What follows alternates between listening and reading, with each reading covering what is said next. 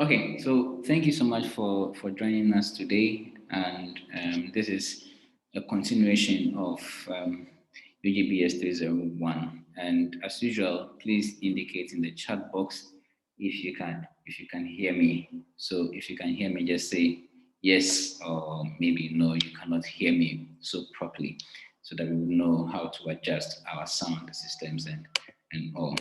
All right, thank you. It's okay. All right, thank you. So I was asking, is there any other thing we want us to me to address before I move on, especially with regards to binomial distribution? Any questions? Any worries? I would appreciate it if I could hear from you, so that we'll go through it. So let's do that. Let's do that, and then let's take note of everything. All right. So any questions, you can just put up your hand, and then you would ask the questions. Okay.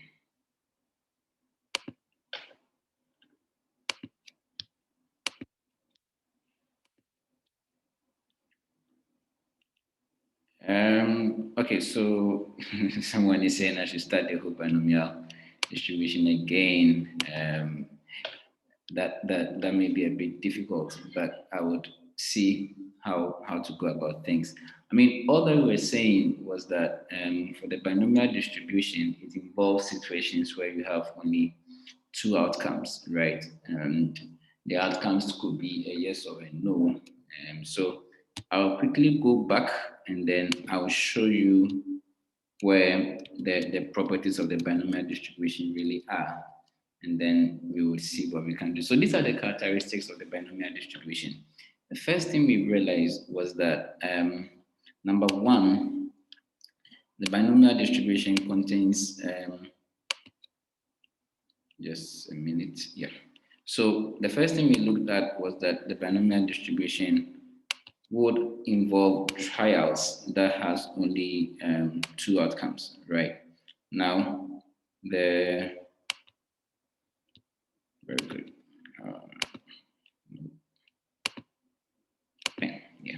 So we're looking at the characteristics. We have a trial that has only two possible outcomes, either a success or a failure, or it can be a yes or a no. It can be any trial that involves two outcomes.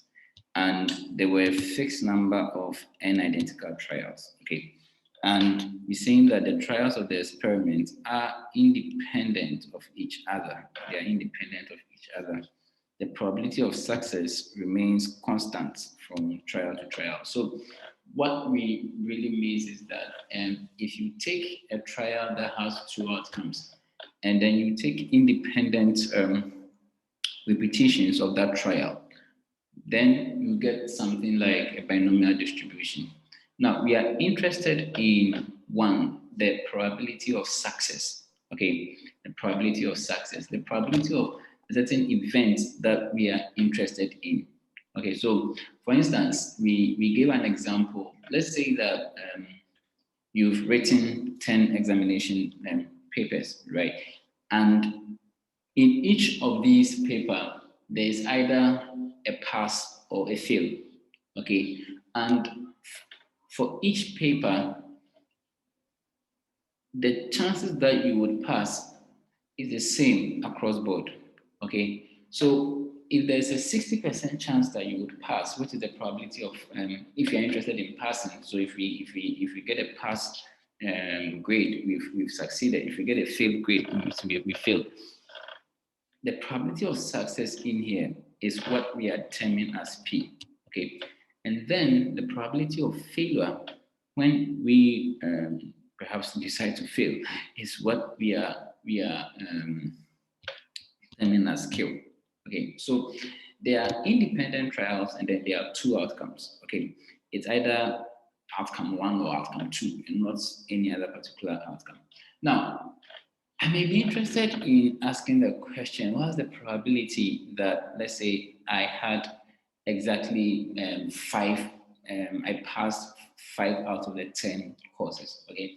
you would need to find that probability. And in order to find such a probability, in order to calculate such a likelihood of occurrence, you will need to use the binomial distribution to do so. So basically, that is what we are saying. So there was an example that we gave. I think the last example we did yesterday. What did we say? We asked that at UGPS, 30% of the students are majoring in finance. And in a sample of 10 UGPS students, what's the probability that exactly three of them are majoring in finance? So here, why do we think this is a binomial distribution? We indicated that this is a binomial distribution because we have the class, okay, we have a class sample of 10, which can be our n. And then we have also a situation where there are only two outcomes, because it's either you major in finance or you do not major in finance. We don't really care about which other courses you are majoring in. But what really we are caring about is whether you are majoring in finance or you are not majoring in finance. Okay, so at UGPS, 30% of the students are majoring in finance, and then this means that 70% are not majoring in finance, right? It's finance and then the rest. Okay. In a sample of 10 UGPS students, that means you have our n, the sample size.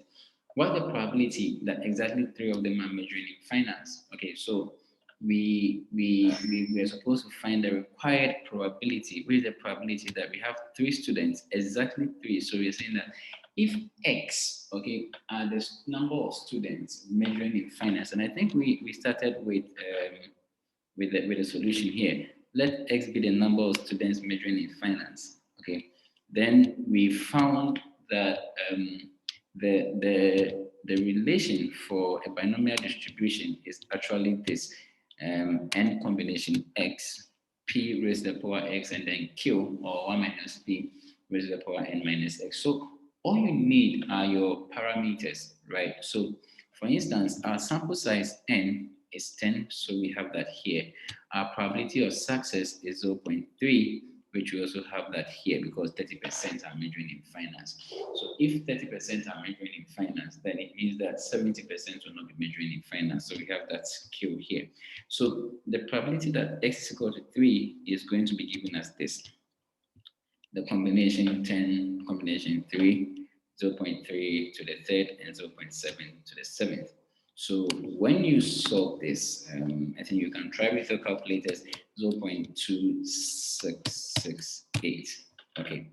So I think we did this. This was the last thing that we did, and we also were interested in finding the probability that at least 3 students are majoring in finance. And yesterday, people shared very brilliant perspectives as to how we would navigate this problem. So this is just let's say a refresher for you who couldn't make it yesterday.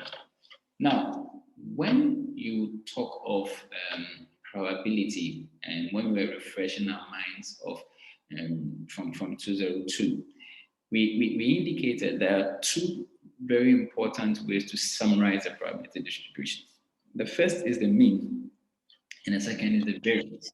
Okay, the first and the second is the variance. Now, if we so the first is the mean, the second is the variance. Sorry about that interruption. The mean of a random variable, of a binomial random variable, will be calculated differently from the mean of other distributions. Likewise, the variance. Okay, so if you have a binomial distribution and you want to find an expression of the mean, it is just going to be the sample size multiplied by the number of successes. Now, if this was to be a typical statistics class, we would have proved this rigorously, right? But I mean, for the purpose of this class, we are just going to use the results, okay? But the expected value or the mean of a binomial distribution is just the product of the number of trials, which is n, and then the probability of success, which is p. Then we have the variance or the standard deviation.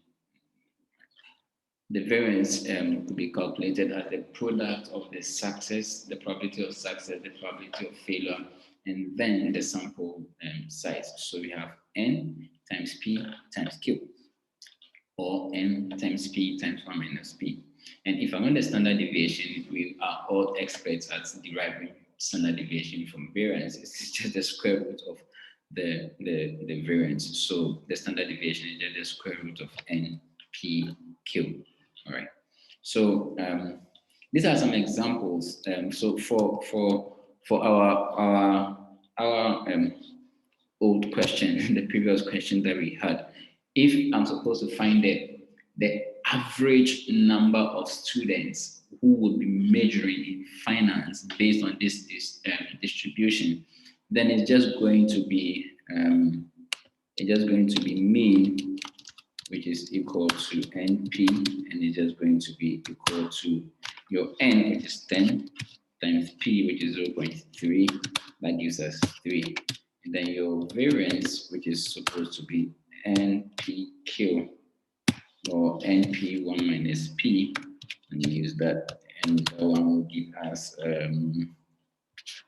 10 times 0.3 times 0.7, right? And that will give us, let's say, 0.3 times 0.7 will give us 0.21, and then times 10 will give us 2.1, right? So that is basically what we have. Of course, we can find the standard deviation, which is actually the square roots, right, of 0.21, which we can solve. Okay, so basically that is what we have, and that is what we've been dealing with. Let's say square root of 0.21. Okay, so that is 0.458. So that would be our value of the standard deviation. So these are some of the simple things that we can do within the binomial distribution. You can find the mean, the standard deviation, and all that we can do about it. Okay, so these are other examples that you can look out for, and you can check all of these things that you see. Okay, so let's continue with where we, yeah. Okay, now during the good old days, we used to, where we didn't have very advanced calculators.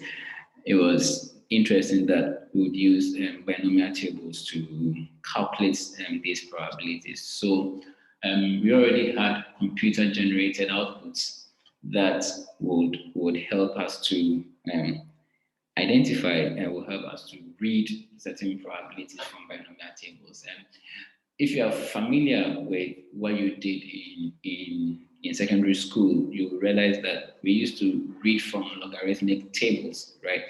In the same way, we could also read from binomial tables, we could read from normal distribution tables. And I must say that although we may not necessarily have to read from binomial distribution tables, as we move with it along in this course, you would have to learn how to read from tables, especially when we begin to learn the normal distribution, which is actually the next class, right? So I would want you to keep up at this and acquaint yourself with how to read from statistical and mathematical tables. That is going to help us as we move along in this course. So basically what we are doing is that, assuming that we had an n equals to 10, okay, we had a p equal to 0.35, and we are looking for the probability that x is equal to 3, okay, then the binomial tables has a lot of tables for various sample sizes, right? So this is a table that corresponds to n equals to 10. So we want a p of 0.35, then we look for x is equal to 3. We trace them, and where they intersect is where we obtain the probability of success. If I want the probability that x is equal to 2, I will do the same for that. So basically we can do that. If I want n is equal to 10, but your probability of success is another different value, you would want to look at it, and then you would check it and provide the answer. So that is basically what we do as far as reading the binomial distribution from the table is concerned. Okay, so these are other information about the binomial distribution. If P, the probability of success is 0.5, then the binomial distribution is symmetrical and bell-shaped. We will talk more about symmetric distributions and normal distributions in the next lecture, so I wouldn't want to bother you so much. But just for your information, when the P probability of success is 0.5, it's symmetrical and bell-shaped. And if you are talking about symmetric distribution or bell-shaped curves, it looks something like this. Forgive my drawing, but yeah, it looks something like this. It is shaped like a bell. Okay, we will talk more about it in the next lecture.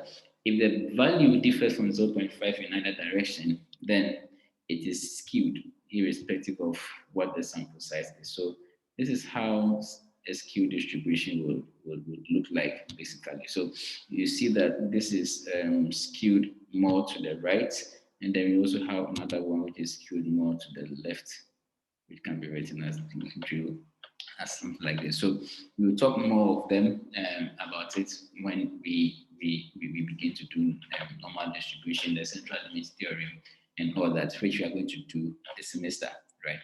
Now, the binomial distribution, however, becomes more bell-shaped as n increases. So as the sample size increases, the shape moves from this or that into this shape, and we will discuss more about it. Okay. Any question about the binomial distribution before we continue with other distributions? If you have a question, you can just raise your hand, and then I'll call you. Let's do that in the next minute.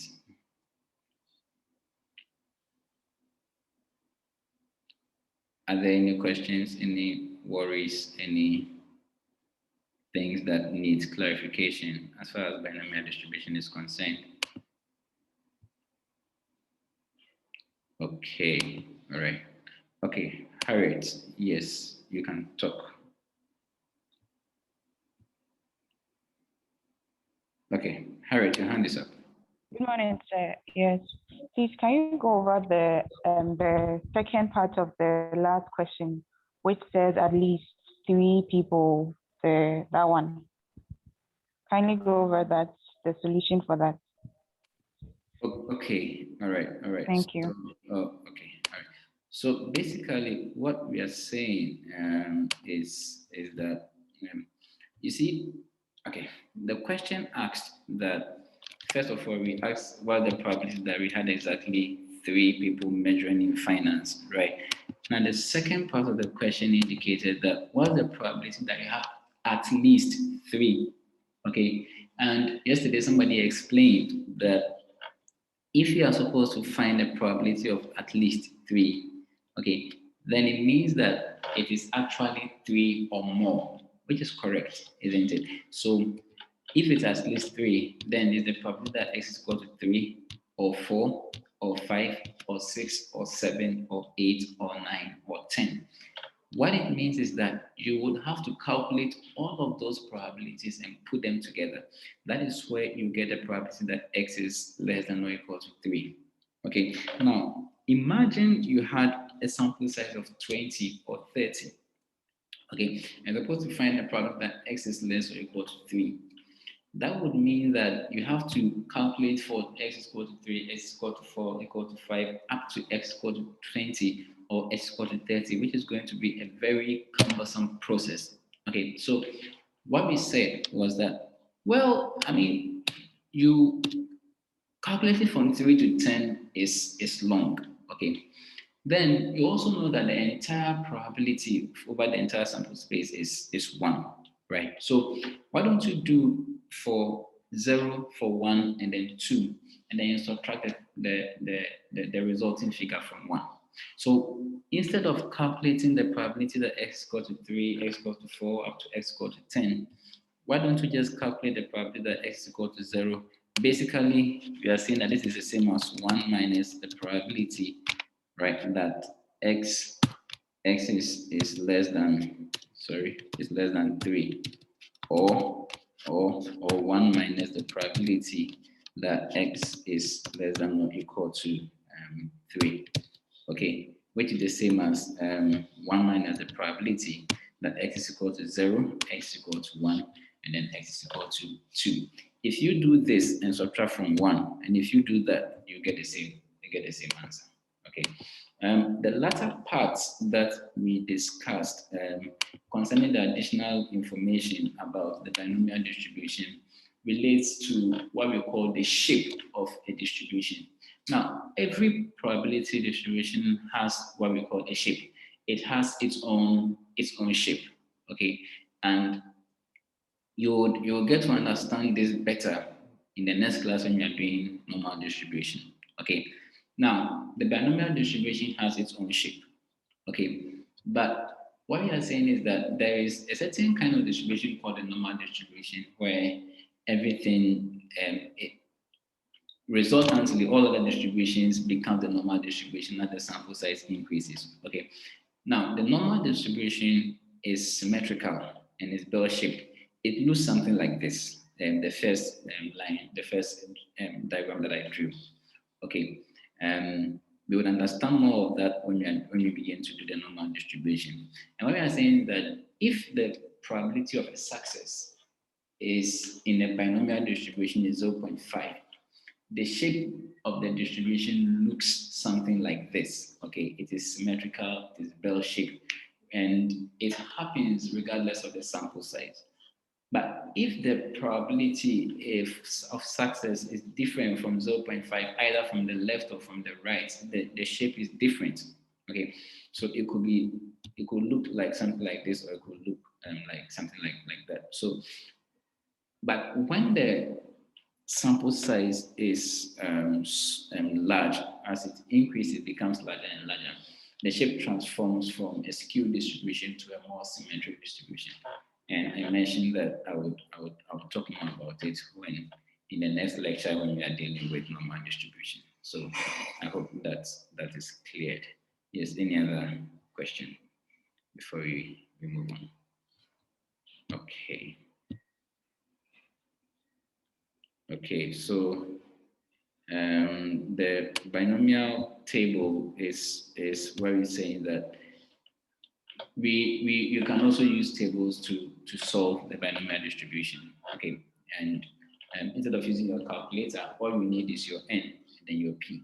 Okay, all you need is your n and then your p, and then you'll be able to solve. So, given any kind of distribution, given a certain binomial distribution, if I have the tables, I just need to find a table that corresponds to a sample size of n. I need to find my probability of success. I need to find my required probability. So for this example, we say that n is 10, so I have my 10 here. Probability of success is 0.35, I have it here. Then the probability, and the required probability is that I was looking for the probability that x equals 3. So you find it, you trace it, and then you get your probability. It's just a way of using tables, unlike calculators, to really find the probabilities that we are looking for.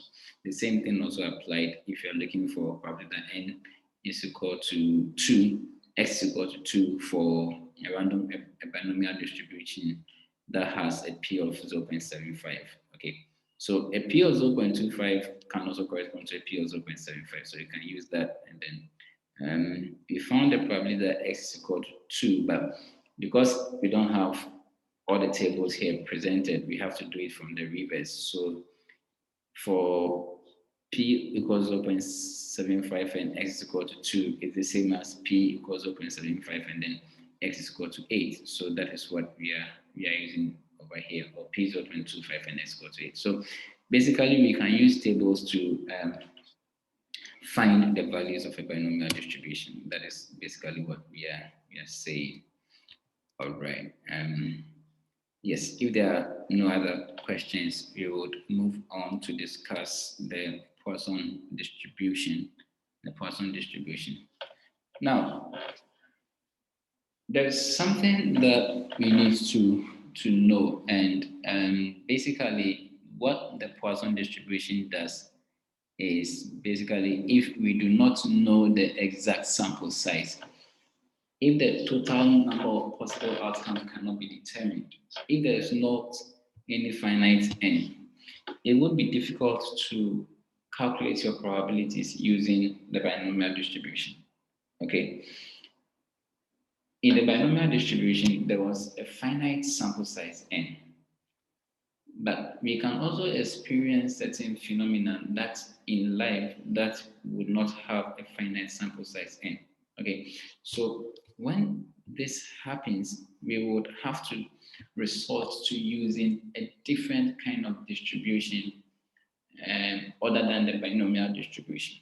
Okay, so when the total number of possible outcomes cannot be determined, okay, the binomial distribution cannot be applied. So when the sample size cannot be determined and then the number of outcomes too cannot be determined, then we can use the Poisson distribution. I mean, of course, the binomial distribution cannot be applied. So what else can we do? What other distribution can we use? Okay, so let's take an example. For example, we can count the number of potholes per mile, okay?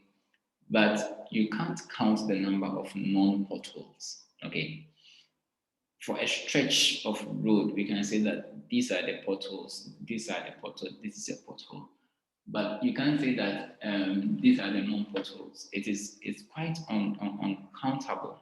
Okay, so in such situations, we need to find a different kind of probability distribution to describe such a phenomenon. Okay, so I can also talk about the number of people that arrive in a bank at a certain particular point in time, but I can't talk about the number of people that do not arrive. So you see that I can indicate clearly the events and the number of successes, but it will be difficult to indicate clearly the number of failures. Okay, so in such a situation, what do? Binomial will be weak in addressing such a phenomenon. So Poisson to the rescue, right? So we have another distribution, another probability distribution that is able to capture these phenomena and then help us to solve issues and questions that relate to such phenomena when it happens. So let's take a look at some of the characteristics of the Poisson distribution.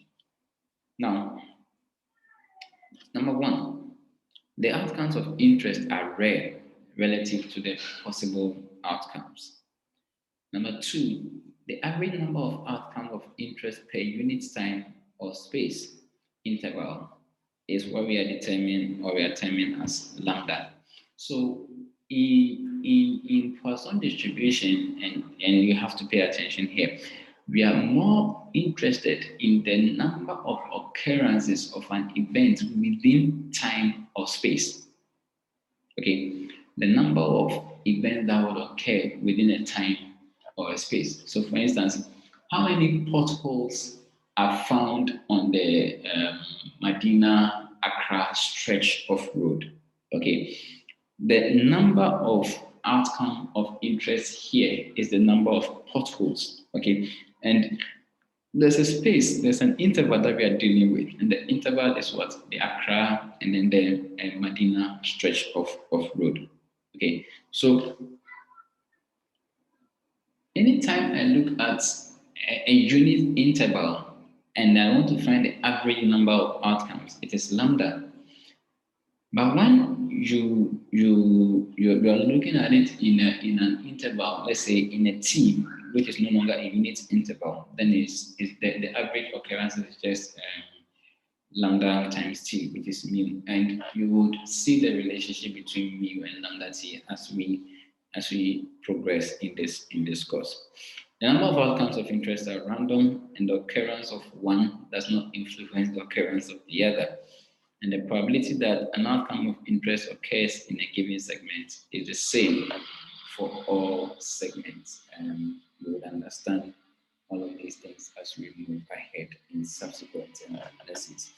All right, so what are some of the examples of Poisson distribution? I can talk about the number of people that arrive at the checkout counter within, let's say, an hour interval. I can talk about the number of errors, okay, that a person will make per page when typing. Okay, I can talk about the number of accidents that will occur in a year. Okay, that can be modeled as a Poisson distribution. Can anybody give me any other example of a Poisson distribution? Let's see. I think maybe I should start calling people. Yes. Okay. Commodore.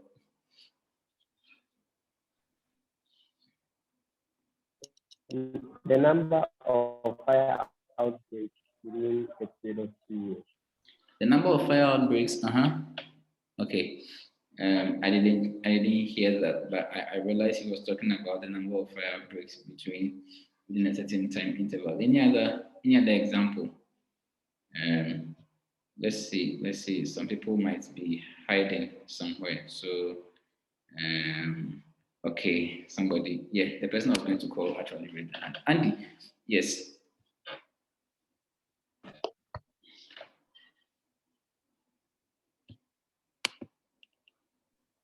The number of goals scored in a match within 90 minutes. Within a 90 minutes, right? Yeah. So basically, we are also looking at the number of occurrences of an event, okay, within a specific time interval, okay. Number of students who would apply to the university. That is vague, okay. That is quite vague. So, is it the number of students who applied in a particular year, or the number of students who applied in a year, or in a space of 6 months, or in a space of 3 months, and all of that, right? So you have to take a look at that. The rate of change of temperature over an hour, that is true. I think that is cool. Number of children born in a month, number of accidents on the Tema motorway. Okay, so that is a stretch, that is a space. So let's say that Accra Tema motorway is about a 12-kilometer stretch of road, right? So the number of accidents that occurred on that 12 kilometer stretch of road. So yes, that is very good. So you are becoming Poisson expert. That is cool. So that is what we are looking out for in our studies, right? So the relation, or what you would term as the formula, right, for the Poisson distribution is this. So the probability of success. So now let's say that we've had all that you said. We'll be interested in what is the probability that maybe 5 goals are scored in a game. What's the probability that 20 accidents occur in a year? So that's the X, okay? Then is the same as lambda t, okay, or mu raised to the power x. Then e, which is the exponential, minus raised to the power minus lambda t all over x factorial. Okay, the Poisson distribution is a very simple distribution, and I hope you don't get it wrong. So these are some of the things that you would see, and this is the main formula or relation for the Poisson distribution. So we have the time, t is the size of the segment of interest, let's say 2 hours or 3 hours or 4 hours. That's the time interval that we are talking about. X is the number of successes, okay, within the segment of interest. Then lambda is the expected number of successes within one segment. So let's say 1 hour or a unit segment. And then mu is the mean number of occurrences within the interval. And of course, mu is equal to lambda t, right? So for example, let's say that if mu is the same as 20, right, per every 2 hours, then it means that t is equal to 2 and then lambda is equal to 10. That is how we got lambda t to be mu. Of course, E is the base natural log. Is the same 2.718 and so on and so forth, but E is actually used. It's available on your calculators. Okay, and that is fine. Okay. Okay, so basically that is what we have. Okay, so let's take a question. A study conducted at Whole Foods grocery shows that the average number of arrivals at the checkout section of a store per hour is 16. Further, the distribution for the number of arrivals is considered to be Poisson distribution. Yeah, Poisson distributed. What is the probability of X is equal to 12 number of customers arriving at the checkout in 1 hour? Or the probability of the number of, for the probability of finding X equals to 12 number of customers arriving in 1 hour.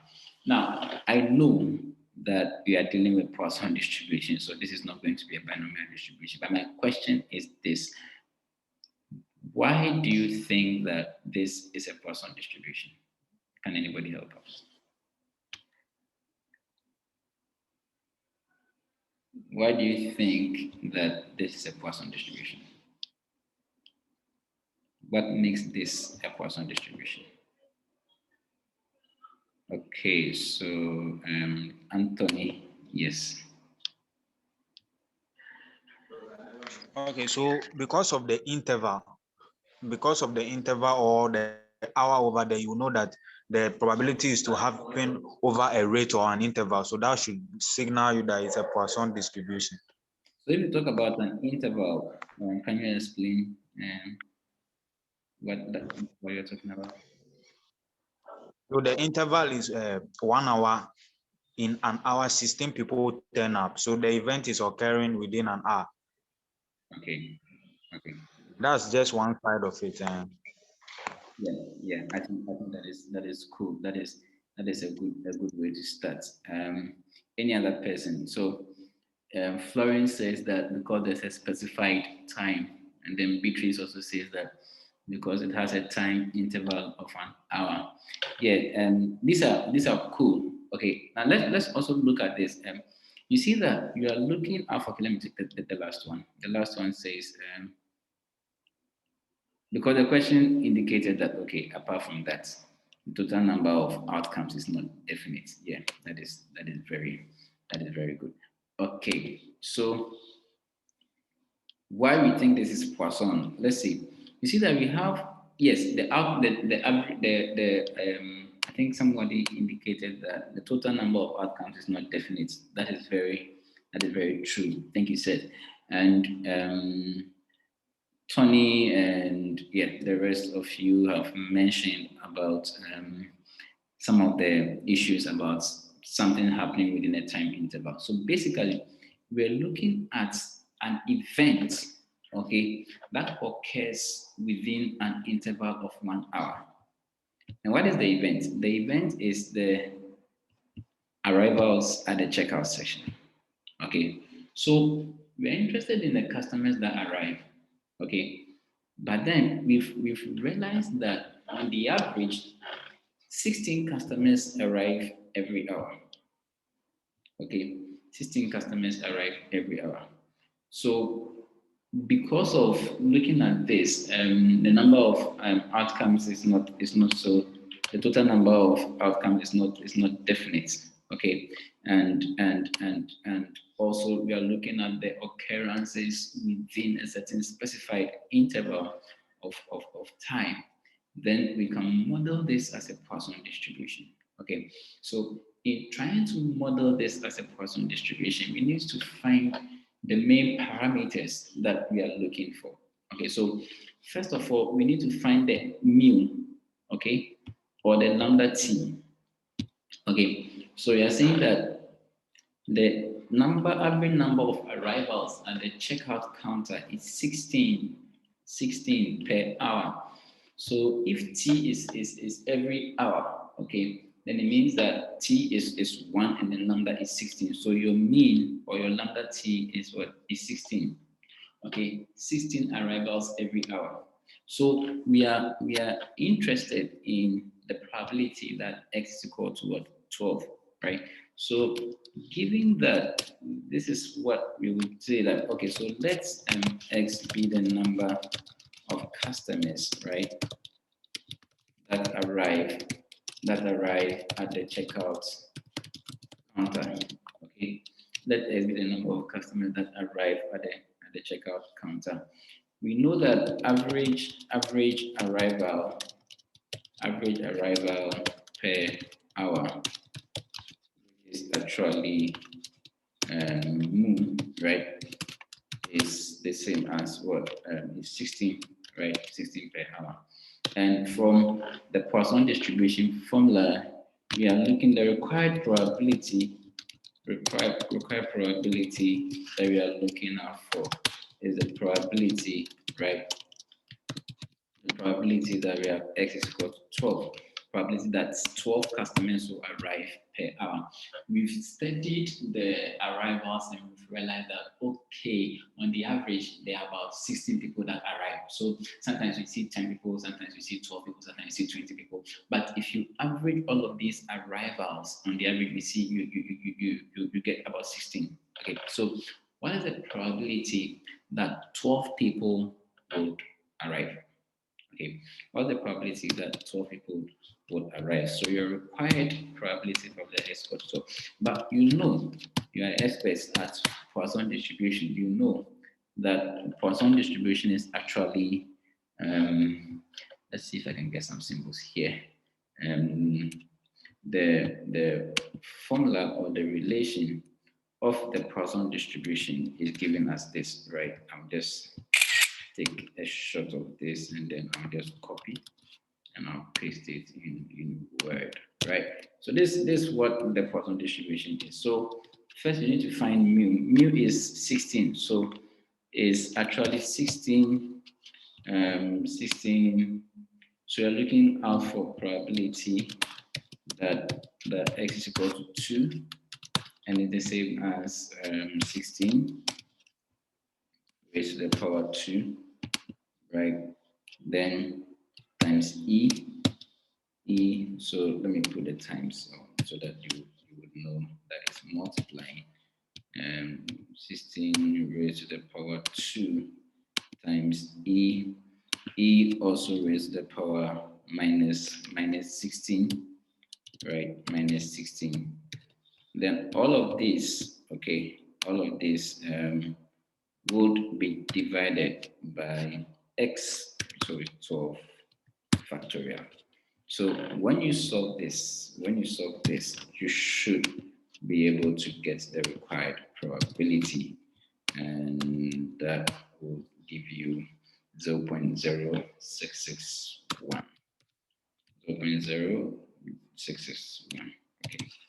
So basically, that is what we are dealing with as far as this is concerned. Oh, it's 12. Yeah, thank you so much. All right. So basically, that is what we are doing here. Okay. So that is how you calculate the Poisson distribution. Okay. And let's take another example.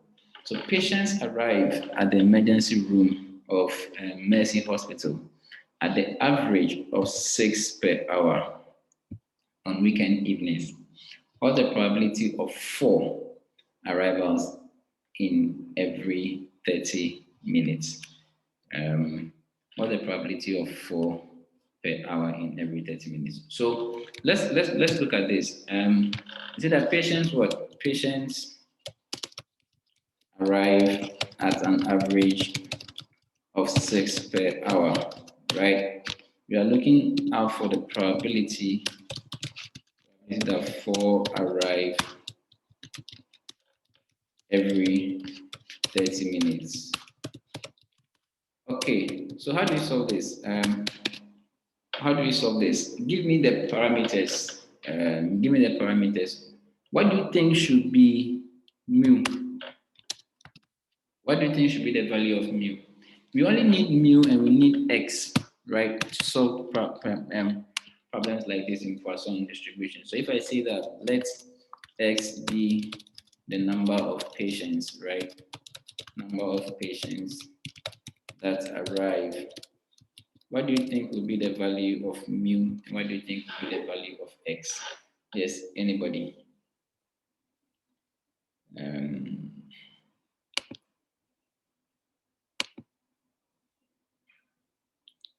Okay, Andrews, can you help us?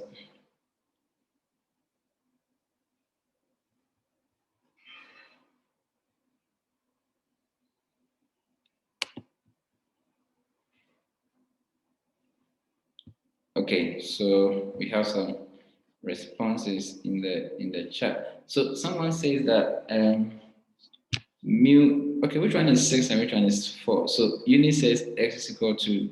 Okay, yeah, Gerald. Mu is equal to 6. X is equal to 4. So we are saying that mu is 6 and x is 4, right? Okay. Any other? Does anybody have any contrasting opinion?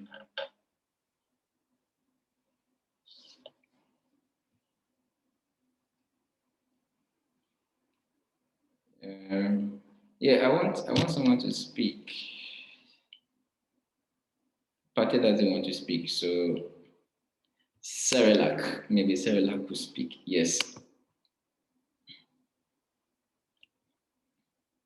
Okay, there's a hand up. Okay, so Othniel, wow, that's an old name. Okay, yes, please, I'm hearing. So, like the one they gave is actually 6 per hour, but they're requesting that the probability for 4 in 30 minutes. So I think you should try and change the 6 per hour into 30 minutes so that we can work on there. So you're looking at the probability that 4 arrive every 30 minutes, right? Yeah. So the question is that if 6 people are arriving in an hour, then how many do you think will arrive in 30 minutes? Yeah, so I want us to change. So to get the meal, we will change the 6 per hour into how many arrive in 30 minutes. So how many? I'm asking you. So how many arrive in 30 minutes? What do you think would be the value? 6 per hour. That would, I think, give us let me see. This one. 1 second. Okay. Okay. So someone says that we should multiply 6 by 0.5, and Beatrice says mu is 3. Vanessa says multiply 6 times 0.5. Gerald says mu is 6. Okay, so yeah, Othniel, you are back again, right? 3. 3. Okay, that's great. Anthony, do you have a different answer or a different line of thinking? Okay, so Anthony is down. Esther, do you have any different thing to share with us? Yes, Doc. Please, I wanted to know that if we rather change the probability of, for instance, if the probability of 4 will arrive every 30 minutes, then can we say that 8 will arrive in 1 hour and then work with it? And then after we get the answer, do wonders and make X back to 4? Like, will it result in the same? No, I don't think so. So the question asked that find the probability that 4 will arrive. Okay, that is the required probability. That is what we are supposed to answer. Just that they are asking that what's the probability that 4 will arrive every 30 minutes? Okay, what's the probability that 4 will arrive every 30 minutes? So if you are looking for the probability that 4 will arrive every 30 minutes, the information available to us says that 6 people will arrive every hour. Okay, if 6 people arrive every hour, remember that when we were going through the Poisson distribution, there was something we said that the probability of an outcome that occurs in a given segment is the same for all segments. Okay, so one of the things that this translates to is that, I mean, I can even divide the segments into other sub-intervals, and I will be able to get the average number of occurrences within that segment. Okay, so if on the average 4 people are arriving in an hour, 6 people are arriving in an hour, then on the average 4 people would have arrived, 3 people would have arrived every 30 minutes, because the t no longer becomes 1, here the t becomes 0.5. Okay, so your mu is, which is lambda t, is now 6 times 0.5. This is 3 per 30 minutes. Then we can now solve, and then you get your probability. Okay. All right. Another question. Given this question, I want us to answer this. Then we continue. What's the probability?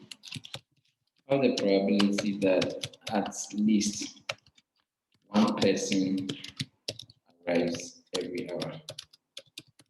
How do you solve this? Probability that at least one person arrives every hour. So you know that your mu is equal to 6, right? But if it is probability that at least one person arrives, yes, Eugenia, is there? Yeah.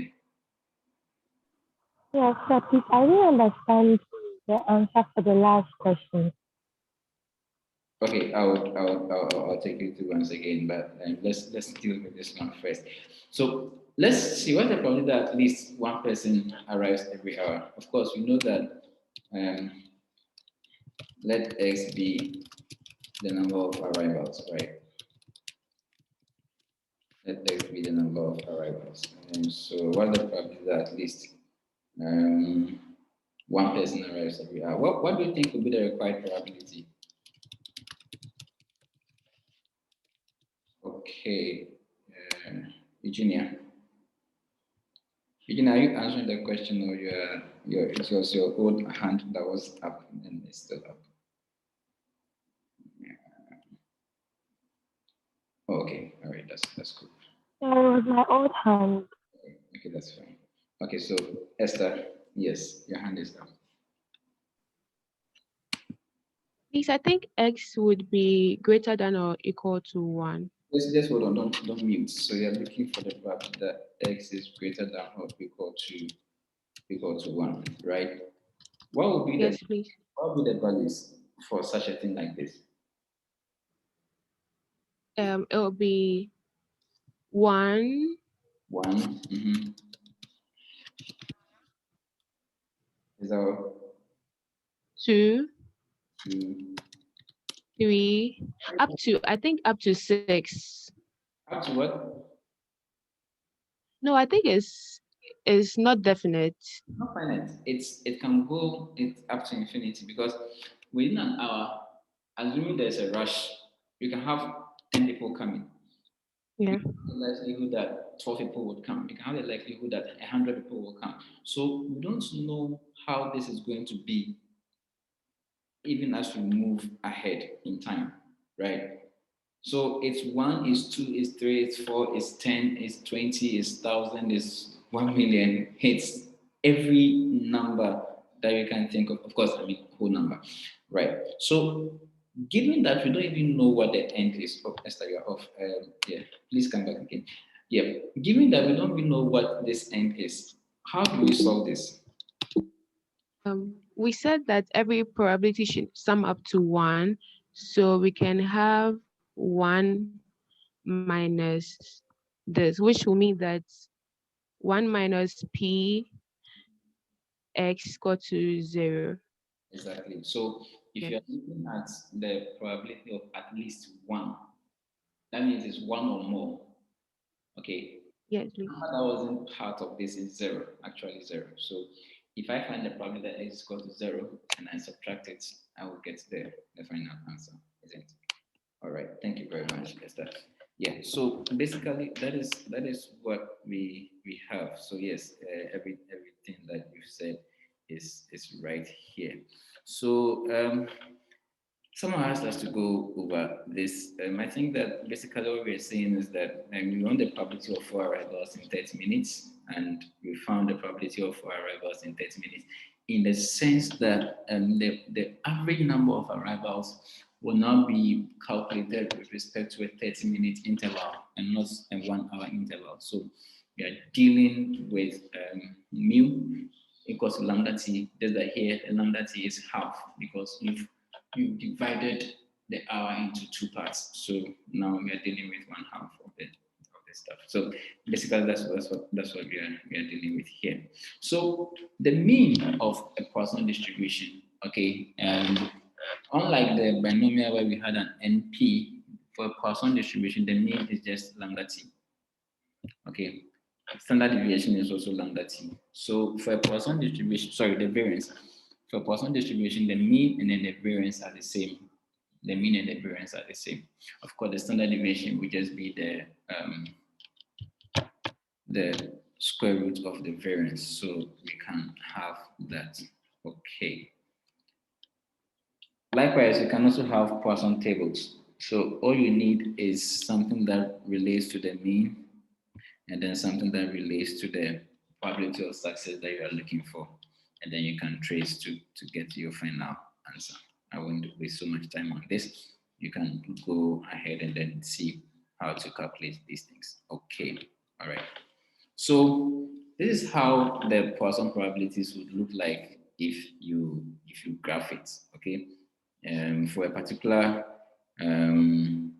Poisson distribution with a certain value of mu, okay, for the values of x, we can draw their respective probabilities and all that to show how the shapes look like, okay?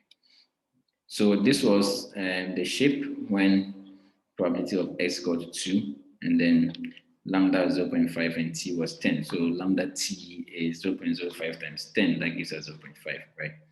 Then this is how the shape changes when lambda t is 3, okay?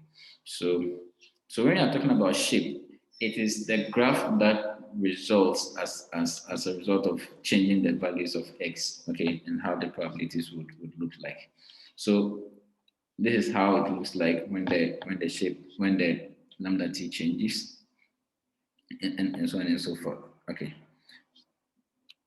Any question with regards to the Poisson distribution before we move on to another type of distribution? Yep. Any question?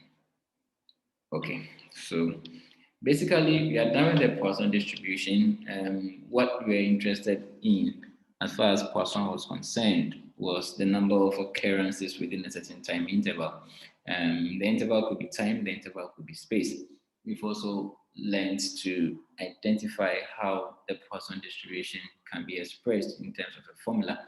And we've also learned to see how we can solve questions and probabilities using the Poisson distribution. Now we move on to the last distribution that we will talk about today. We still have about 50 minutes more. I think we can finish this in less than that time. Okay, so the hypergeometric distribution. The hypergeometric distribution. If we were in class physically, I would have asked you to repeat after me. So maybe wherever you are, you can just repeat the hypergeometric distribution, right? Okay, so the hypergeometric distribution is a different kind of distribution, okay, that also describes a certain kind of phenomenon that the Poisson and then the binomial distributions are not able to describe. So basically, what you have is a certain number of trials. Now here, you need to understand the difference, okay? You need to understand the difference between population and then sample. Okay, population size and then sample. Okay. Can anyone tell us what a population is and what a sample is? The difference between a population and the next sample. Okay. 1073 2705. I don't know your name, but I can see your number here. I asked you to indicate your phone number. I didn't. Okay, but yes, 1073 2705. Can you explain what the difference between population and sample are?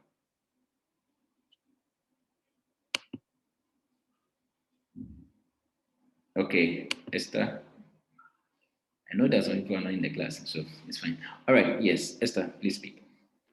I think a population is like the whole group. By sample is like the specific that you have chosen to work on. A part of the group, isn't it? Yes, yes. So let's take note of that. Okay, thank you so much, Esther. So the hypergeometric distribution, okay, the hypergeometric distribution deals with these things. Now, the first thing you need to take note of is n trials in a sample. Okay, that is taken from a finite population, and we have a population of size n. Now, the sample we're taking without replacement, that means that if we pick a sample, we don't replace it. And the trials are dependent because if samples are taken without replacement, that means that the trials are dependent. We are no longer talking about independent trials again. But we are concerned with finding the probability of X successes in the sample, small X successes in the sample, when there are big X successes in the population. So let's take an example. I think that using an example would illustrate some of these things. Very good. Let's look at a class of 100 students, right? Now, this is the population. This is the population size. So we call this big N. Now, let's say that within the class, there is a certain group of people that have a certain attributes. Let's say that the attributes you are looking for are southpaws, right? The number of left-handed students. So let's say that within the class,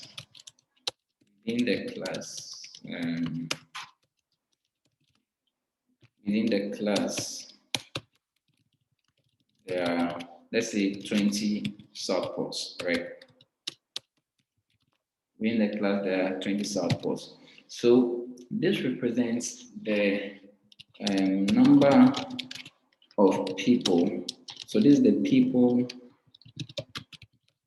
with specific attributes, right? That's the success attribute you are looking for, the specific attributes in population. Okay, so this is our big X. Okay, now we pick a sample. Let's take a sample. Let's say select a sample of size. Let's say 10. Okay, so this becomes the sample size, and then that is small n.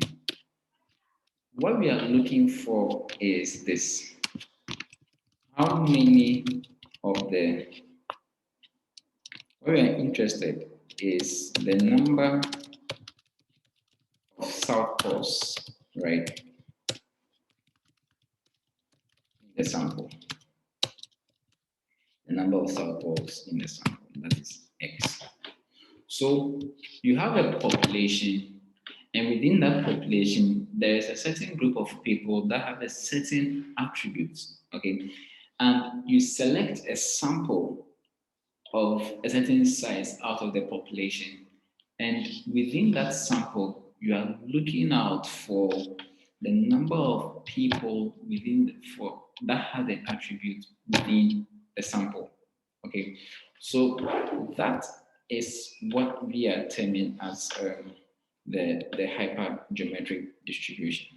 Okay, so this is the relation for the hypergeometric distribution. So you have n minus x, big N minus big X combination, big small n minus small x. That multiplies big X combination small x, and then you are divided by big N combination small n. Yeah, it's quite a handful to absorb or to process, right? But let's take it one after the other. So the first part of the numerator says that it involves choosing big X or big N minus X or small n minus small x out of big N minus big X, right? Then the second part also involves choosing small x out of big X, then divided by small n out of big N. What does this mean? Now, we take that the population size is big N, you've already explained that. The number of successes in the population is big X. The sample size is small n. Number of successes in the sample is small x. And then, of course, the number of failures in the sample is just going to be n minus x. I think an example will do us some good, right? Okay, so let's take an example. 3 light bulbs were selected from 10. Of the 10, there were 4 defective. What is the probability that 2 of the 3 selected are defective? Then again, why isn't this a binomial distribution? Why are we modeling this with a Poisson distribution? Why is this a hypergeometric distribution and it's not any other distribution that we are talking about here? Because we have a sample that is selected from a certain population, right? And we have a certain specified number of successes within the population, okay? And this we are not talking about some independent trials and so on and so forth.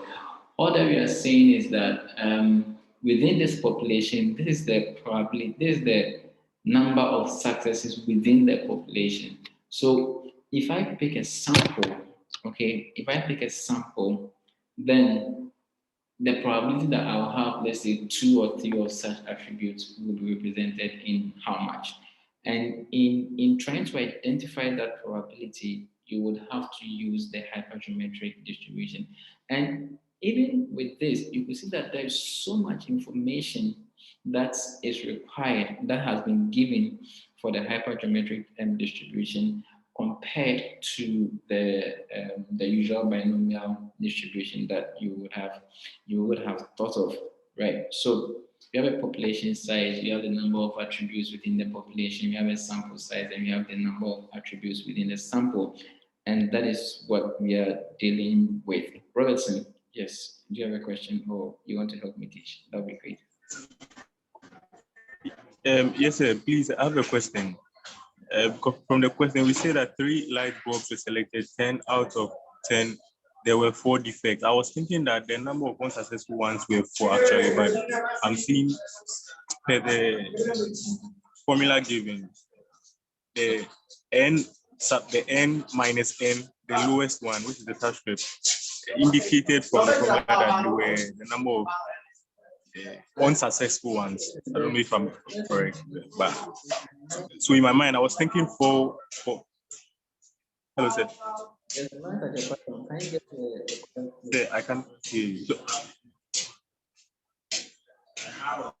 Come again, sir. There's noise at your background. Can you get to a quiet?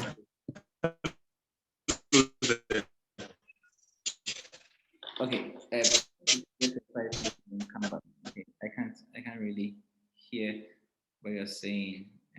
It would be great. Okay. Say yes. You okay now? I'm still experiencing. You say you okay now? Not. Yeah. So Robertson, please come back. I think I'll be glad to hear from you. But if I heard you right, you were asking about. Basically, let me just explain what this is, and then I think that would be all. So what we are saying is that we have 3 light bulbs, right? selected from 10. So the 10 we have here is the population size. The 3 we have here is the sample size. Now, of the 10, there are 4 defective. So out of the population, there are 4 defective items. So this is the big X that we are dealing with, right? What's the probability that 2 of the 3 selected are defective? So all you need to do is to identify what the parameters are. Okay, so we have big N. Out of the big N, there is big X. And then we have small n. And out of the small n, we are looking for small x, which is the sample, the attributes within the sample. Remember what I said. Population size big N, big X, people within the specified attribute, people with specified attributes in the population. Small n is the sample size, and then small x is the people with specified attributes in sample. Okay, so let's take note of that. So big N is 10, big X is 4, small n is 3, small x is 2. You find this probability. We are dealing with n minus x combination, small n minus small x. So big N is 10, big X is 4. So 10 minus 4 gives us 6. Small n is 3, small x is 2. So 3 minus 2 gives us 1. Big X combination, small x, so 4, 2, then into bracket, divided by big X, big N combination is small n, that is 10 combination 3. That gives us that, and we get a probability of 0.3. So that is basically it for the hypergeometric distribution. And I'll see if I can find a tutorial set, but I think I may not be able to locate that. We could have done some questions underneath. Yeah, so I think I found something. Discrete probability distribution. So there's a question here that I think we can try and see. Let's see.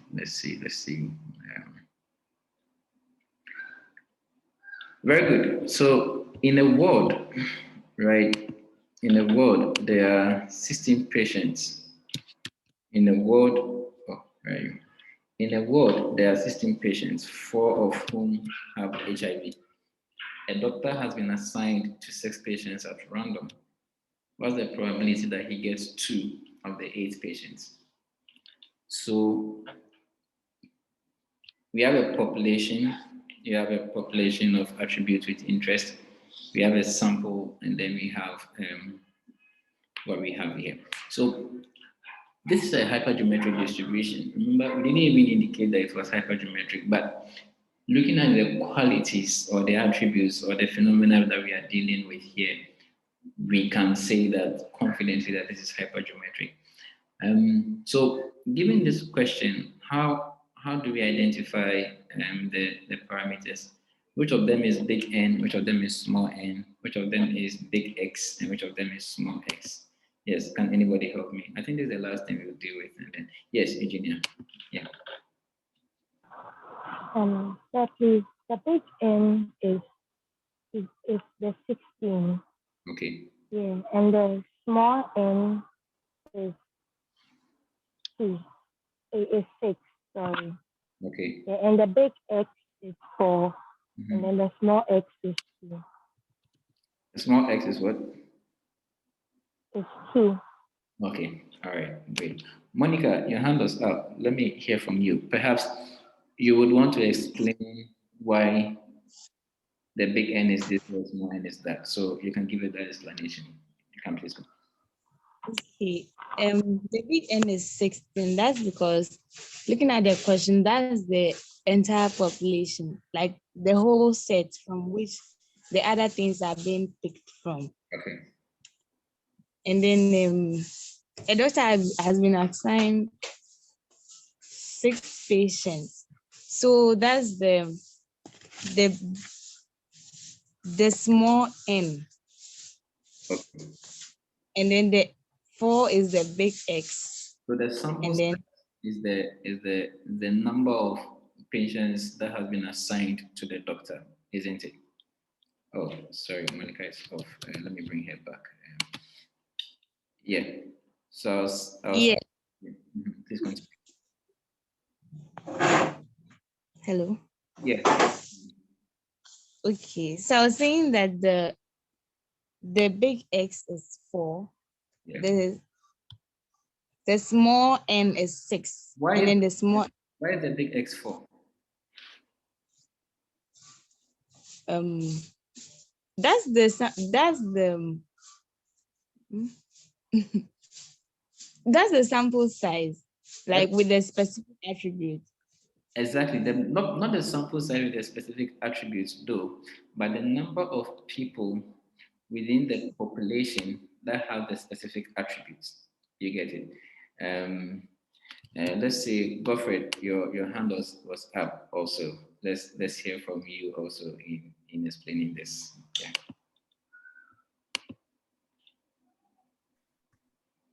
Yeah. Sir, please, I wanted to explain. I Yes. wanted to explain the Go. big N and the small N. Okay. Okay.